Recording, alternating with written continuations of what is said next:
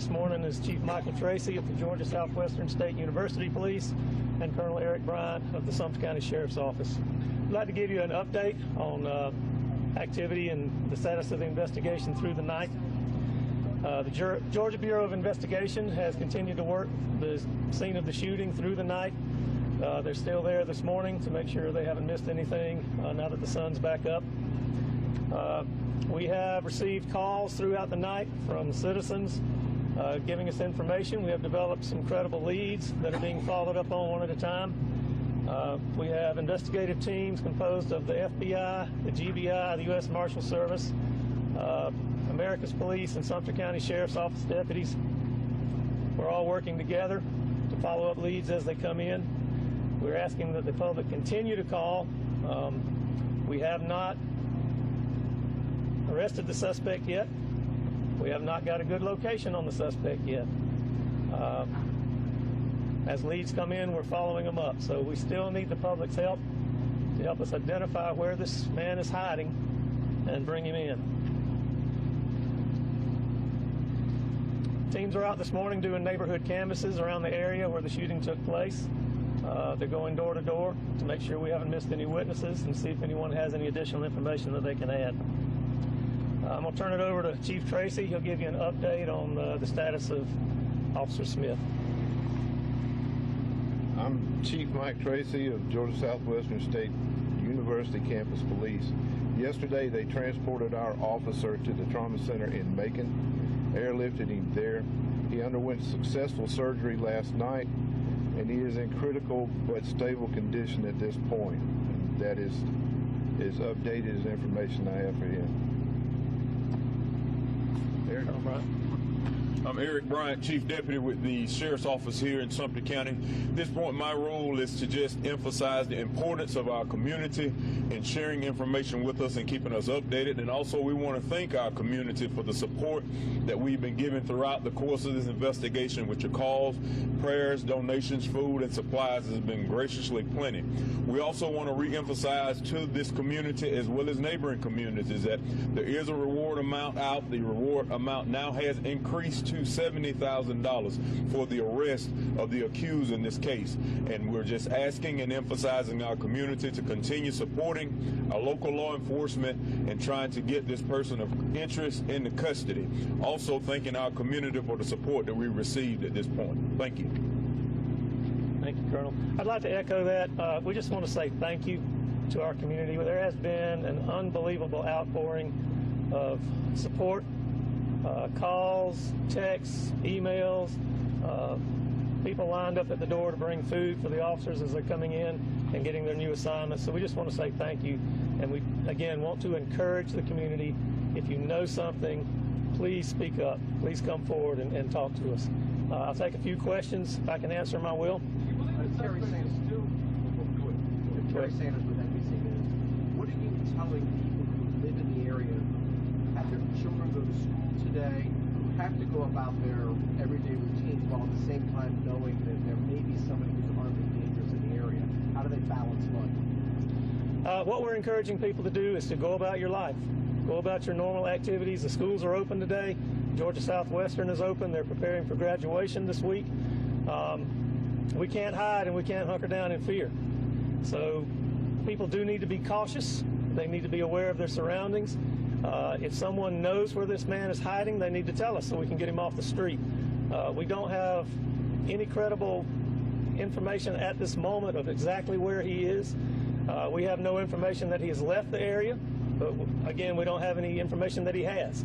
So we are working on the premise that he is still here locally, and we are following every lead. And one last follow-up. According to cousins at the scene yesterday of the suspected gunman here, he seemed, after the shooting, he encountered them and said that he was despondent and feared that the police were going to kill him. Does that suggest to you that he's suicidal?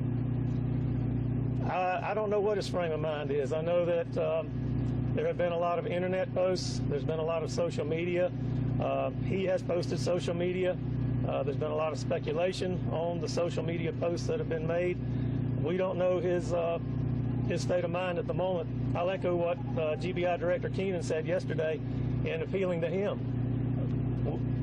We want him to turn himself in peacefully. We want a peaceful resolution to this situation. If he turns himself in, he has nothing to fear from us. So that video online is him doing that? It appears to be. Chief, can you talk a little bit about the relationship between the two officers? I can briefly. They've been friends. They're lifelong friends. They graduated the police academy together. There's been pictures that people have pulled from social media that show them standing in the same uniform. They did work together when they first got started in policing. They were friends until the end. Jody was there. Poor Nick. He heard him dispatched to that call. He knew he was nearby and he responded. He wasn't dispatched to it. He just knew that he was there and he knew that his friend was going to a potentially dangerous call, and he responded to back him up. So they had a very strong relationship, and the families have a strong relationship. I'll take a couple more. How long was that gap in time when you first knew who you were looking for? Just trying to understand how much time the suspect had to get away. Was it a couple hours before you knew who you were looking for? No, we knew immediately. The officers responded to a domestic dispute. At the time they responded, they did not know who was involved in the dispute. As I stated yesterday, there were already active warrants for this suspect or other altercations earlier in the week for domestic problems that he had been having. The officers did not know who they were dealing with when they got there. As soon as they arrived, they recognized who he was. We knew his name immediately, and we began canvassing the area immediately. And the person that he was involved with the domestic dispute and altercation, are they helping with the investigation? Or are they... Yes, they've been very cooperative.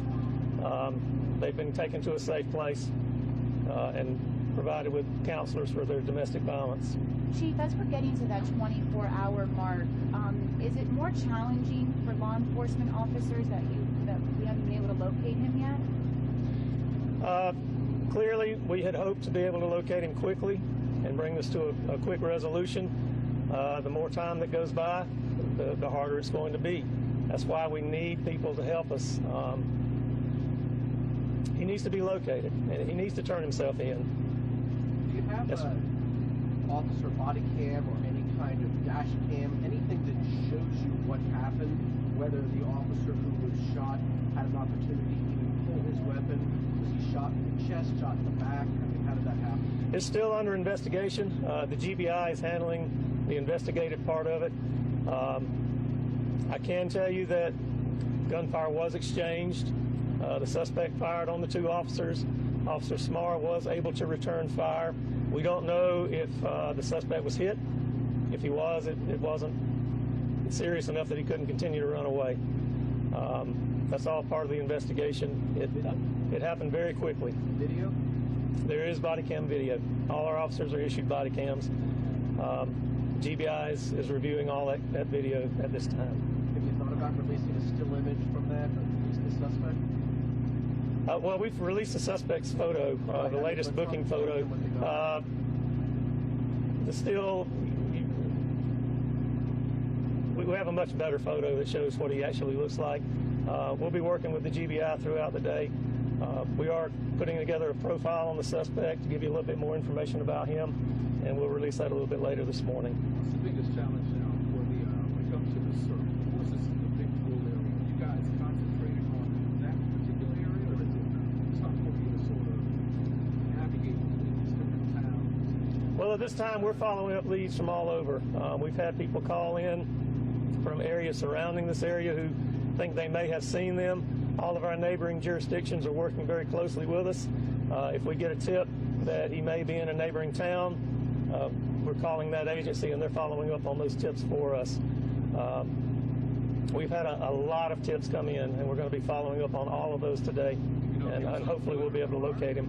You know if he was on foot or in a vehicle when he left? At the time of the incident, he was on foot. What happened after that, we don't know. Thank you very much.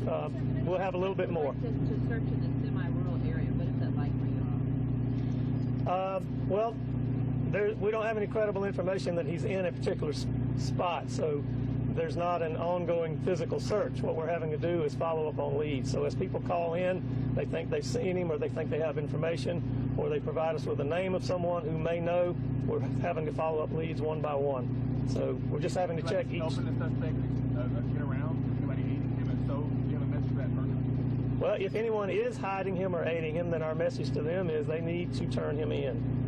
It's the best thing for him. It's the best thing for the community. Thank you very much.